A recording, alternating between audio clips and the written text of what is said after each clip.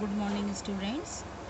आज हम अपनी किताब की चित्र देखकर कहानी सुनाइए। देखिए आप, ये चित्र देखकर कहानी सुनाइए। ये आपकी कहानी है पेज नंबर 27 पर।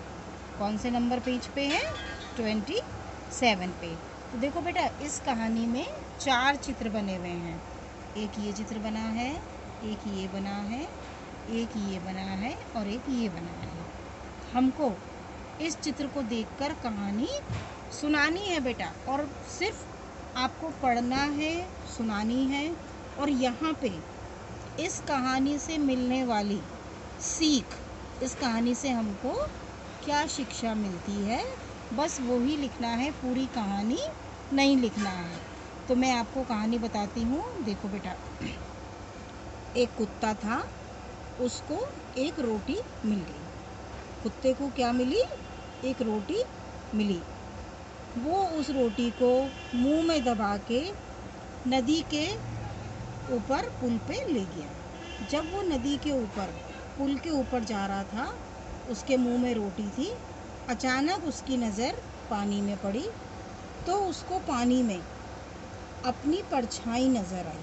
कुत्ते को क्या नज़र आई? परछाई नज़र आई।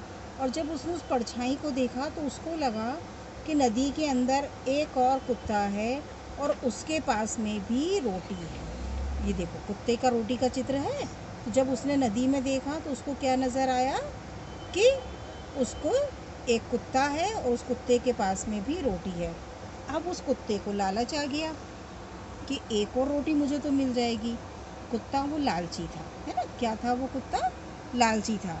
तो उसकी परछाई को देखकर उसको ये लालच आ गया कि अगर मैं इस कुत्ते की रोटी छीन लूँगा तो मेरे पास एक और रोटी हो जाएगी, मैं एक रोटी और खा लूँगा।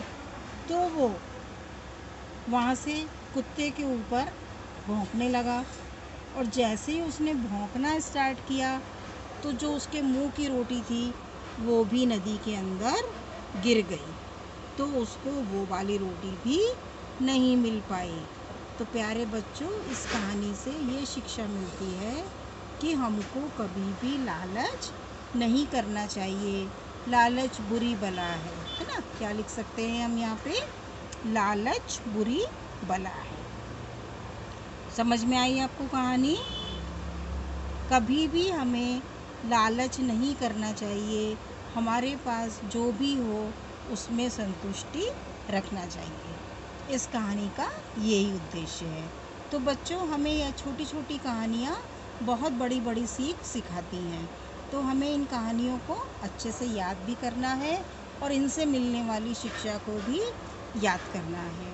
आपने रेल का खेल कहानी पढ़ी होगी, कविता पढ़ ली होगी।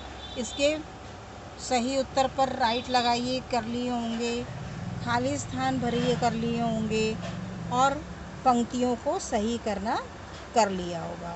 रेल का खेल कविता बेटा पढ़ेंगे और इसकी 8 लाइनें याद करने की भी कोशिश करेंगे। जब आप इसे याद कर लेंगे तब आप घर में ही अपने मम्मी पापा को इस कविता को सुनाएंगे। मैं एक बार फिर से आपको रेल का खेल कविता पढ़ देती हूँ।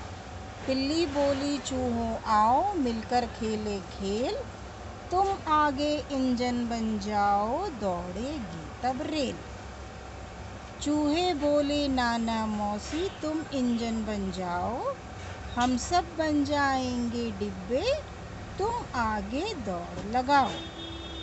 हुआ रेल का खेल शुरू यूं, बिल्ली आगे दौड़ी, पीछे दौड़े सारे चूहे, राह न अपनी छोड़ी। 2 चक्कर पूरे कर बिल्ली और वेग से दौड़ी। वेग का मतलब क्या होता है? और तेजी से दौड़ी। तभी दौड़ते चूहों ने भी अपनी गति थी मोड़ी। दौड़ छुपे वे बिल में बोले, मौसी हम चलते हैं, खाली इंजन दौड़ेगा अब, डिब्बे घर चलते हैं।